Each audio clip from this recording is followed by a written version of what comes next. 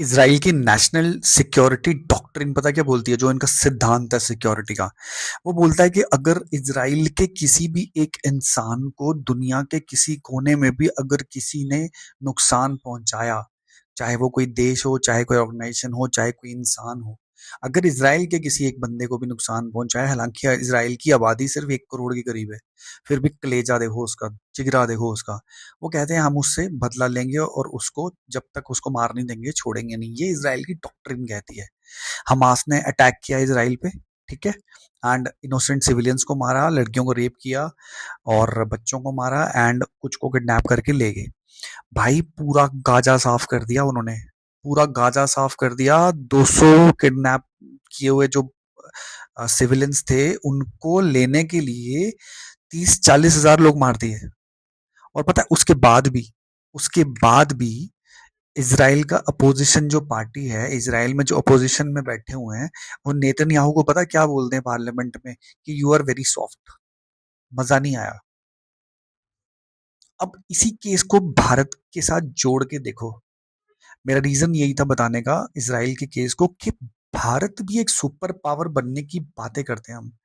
तो भारत में हमारे 3 सी फेयरर्स को, सेलर्स को मार दिया जाता है यूएस नेवी की अटैक में। भारत क्या करता है? निंदा, कड़ी निंदा, कंडमनेशन। उसके बाद रूबियो, मार्को जो भी है, उसको जयशंकर साहब बोलते हैं कि कंडेम में कंडेम करते हैं, it is very unjustified and all. बातें हो गई बस। एंड उसके on top of that US के सरकार की तरफ से एक नई वार्निंग आती है इंडिया को कि अगर आपने इस तरह से फिर कंटिन्यू किया, आपने किसी की शिप या खुद की शिप्स में अगर वहां से आप गुजरोगे तो हम फिर मारेंगे। एंड भारत क्या कर रहा है? Very soft, very soft, nothing. I hope जल्दी कुछ हमारी तरफ से कड़े एक्शन लिए जाएंगे। कुछ कुछ अ, ऐसी चीजें होंगी भारत सरकार करेगी जिससे भारतवासियों का जो गुस्सा है, जो बाल है, वो शांत होगा। एंड तब हम मानेंगे कि भारत सुपर पावर बनने की हिम्मत रखता है।